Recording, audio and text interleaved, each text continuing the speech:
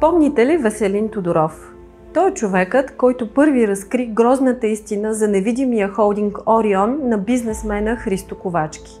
Заради това Веселин е атакуван със съдебни дела шамари, а сметките му са запорирани. По едно от делата, дружество от невидимия холдинг на Ковачки иска от Тодоров над 350 000 лева въз основа на фалшив договор. Но това не е всичко. Вече повече от 10 години Националната агенция по приходите остава сляпа за милионните дългове на фирмите от холдинга и за милионните трансфери между тях. Вместо това, НАП е издала срещу Тодоров ревизионен акт за почти 5 милиона лева. Заради смелостта си да говори за корупционните практики на Христо Ковачки, днес Веселин Тодоров е съден. Очакват го 2 тежки съдебни битки, свързани с значителни разноски, които той не може да покрие.